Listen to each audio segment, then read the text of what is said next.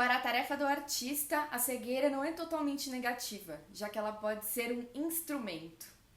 Quem disse essa frase foi Jorge Luis Borges, um escritor nosso vizinho aqui argentino, que ficou cego aos 56 anos. Pode parecer meio absurdo, né? Um escritor cego, já que escrever presume que você tem que ver, né? O que está escrito, as letras e tudo mais. Principalmente antes da nossa era aí de leitores de tela e tecnologia e tudo mais.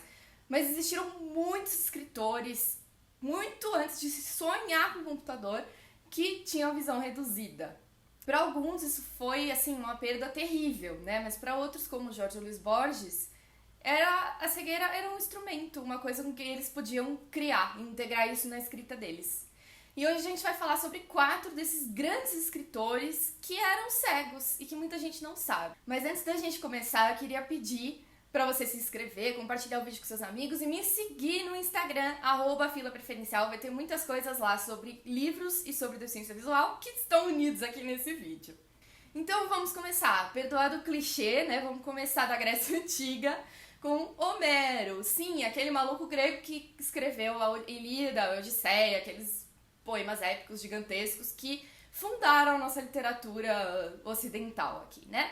E sim, o cara que escreveu as 2 obras fundadoras da literatura ocidental era cego.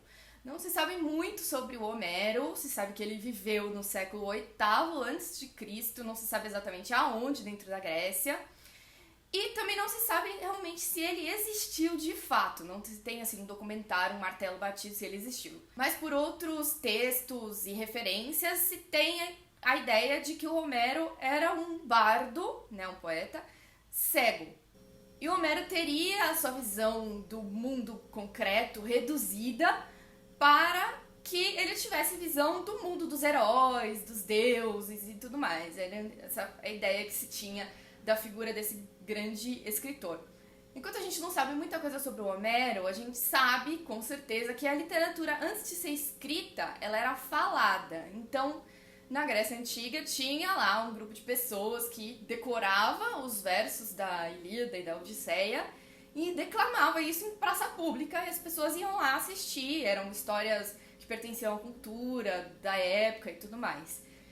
Então, o Homero, na verdade, ele não escreveu, de fato, no papel a Ilíada e a Odisseia, porque os manuscritos da Odisseia e da Ilíada mais antigos que se tem conhecimento são do século X depois de Cristo, ou seja, de muito tempo depois. Então, ele teria desenvolvido uma sensibilidade muito forte para a música da linguagem, né, a musicalidade das palavras, da poesia, e um entendimento muito forte de como as palavras podem se converter em imagens na nossa cabeça, né? Então, a gente tem a literatura ocidental sendo fundada na figura de uma pessoa que tem uma visão interior. Inclusive, Oscar Wilde, um escritor bem posterior do século XIX, disse que o escritor é sempre um vidente, enxergando menos com os olhos do corpo que com os olhos da alma. Então tá aí, gente. Cegueira e literatura estão conectadas desde o início.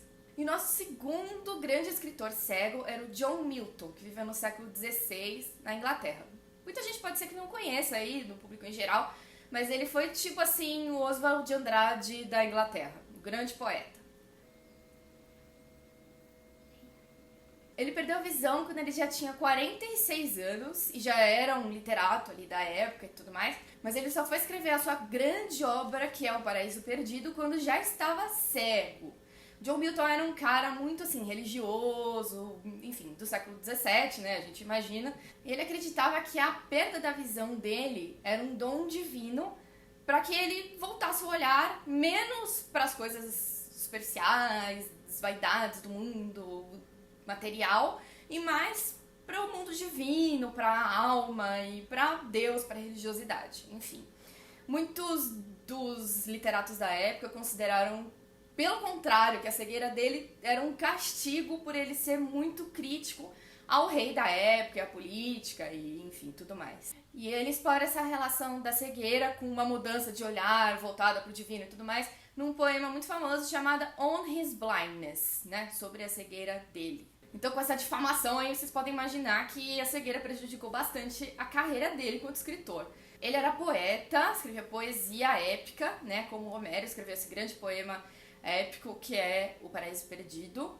E no século XVII ainda não existia o Braille, então ele contava com assistentes e amigos e ele ditava todas as poesias, compunha tudo de cabeça, falando, né, provavelmente também, e ditava e as pessoas escreviam. Trabalho do cacete, né, gente? Mas tudo bem, ele era um escritor, assim, gigantesco na literatura de língua inglesa. E vamos agora para o terceiro escritor da nossa lista, que já entramos no século XIX, é o James Joyce. Ele nasceu em 1888, morreu em 1941, e ele é, assim, apenas o grande escritor irlandês, o grande romancista irlandês, né? E escreveu sua grande obra magna, que é Ulisses, que por acaso está aqui na minha prateleira. E é um calhamaço gigantesco que revolucionou a literatura do século XX. Ao contrário de outros escritores que a gente vai falar aqui, o Joyce não estava muito interessado em assumir a cegueira, em tomar ela como parte da sua vida e incorporar na sua escrita. O que aparece na escrita do Joyce é uma paranoia bem suave, assim, sendo bem irônica, sobre machucados nos olhos e perder a visão e não enxergar e tudo mais. Inclusive, o protagonista do Ulisses é um estudante que tem uma miopia bem grave e tem vários momentos em que ele precisa de ajuda para atravessar a rua, tem um momento em que ele quebra os óculos, fica sem enxergar e enfim.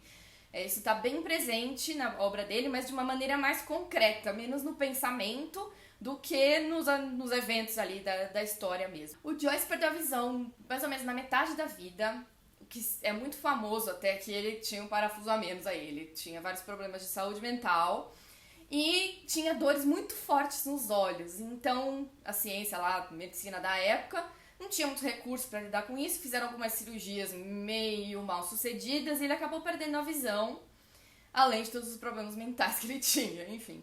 E ele escreveu a sua última obra, que é o Finnegan's Wake. Depois de 17 anos, ele passou 17 anos tendo que lidar com todas essas questões de saúde e tal.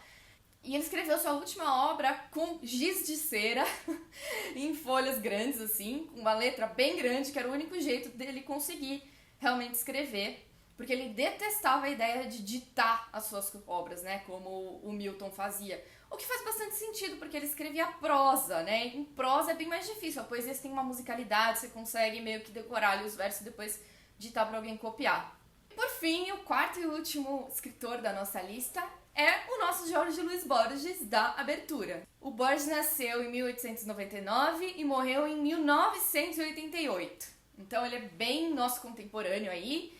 Ele era argentino e viveu grande parte da vida dele entre a Argentina e a Suíça, porque não era bom nem nada de ficar só na América do Sul, né? E é graças a ele e alguns outros escritores que a literatura latino-americana no século XX floresceu muito, se tornou conhecida mundialmente. O Borges tinha, assim como eu, cegueira congênita. Então, era um gene que estava na família dele e ele sabia, desde que ele era criança, que ele ia perder a visão em algum momento da vida, porque o pai dele e a avó dele, ambos tinham morrido cegos. E aí, com 56 anos, ele se tornou oficialmente, legalmente cego, né?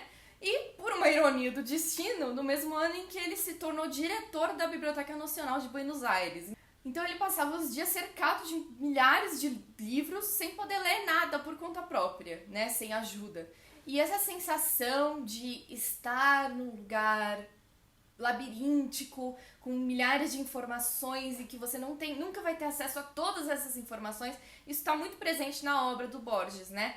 E ele explorou essa questão da cegueira de maneira direta, indireta, torta, direita, de todos os jeitos na obra dele. Ele escreveu contos, que são os mais famosos, né? Poemas, ensaios, e depois que ele ficou cego, ele começou a focar bem mais em narrativas bem curtas que ele conseguia ditar. Muitas vezes ele tinha ajuda da mãe e de pessoas, alunos, ele era professor universitário e tudo mais. Às vezes ele pagava algumas pessoas para auxiliarem ele ali, para serem meio que assistentes e ajudarem ele a escrever. Uma outra estratégia que ele tinha era a de dar entrevistas, né? Mais pro fim da vida. Aliás, os ensaios dele são maravilhosos.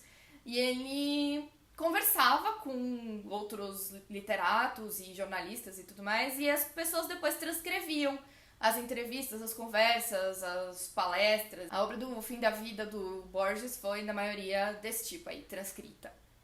O Borges entendia a cegueira, e aqui é a parte mais maravilhosa desse escritor, como um estilo de vida, não como uma tragédia. Um dos muitos estilos de vida, né, que existem. Então é por isso que esse é o meu favorito da nossa lista, e é um dos meus escritores favoritos aí da vida. Então, como vocês puderam ver nessa minha pequena listinha de grandes escritores, a cegueira e a literatura andam muito de mãos dadas, né? Tanto nessa coisa da visão interior, de você prestar mais atenção na essência das coisas do que na superfície, como o Oscar Wilde disse, né? Todo poeta, todo escritor que se pretende ser grande, que se pretende falar alguma coisa que vale a pena, tem que ter uma visão mais profunda, um certo insight, né?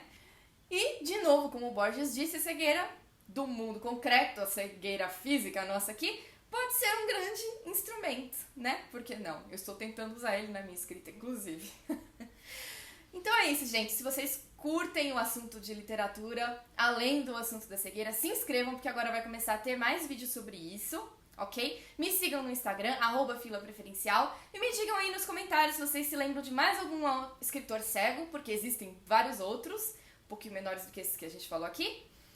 E é isso. Um beijo, até a próxima.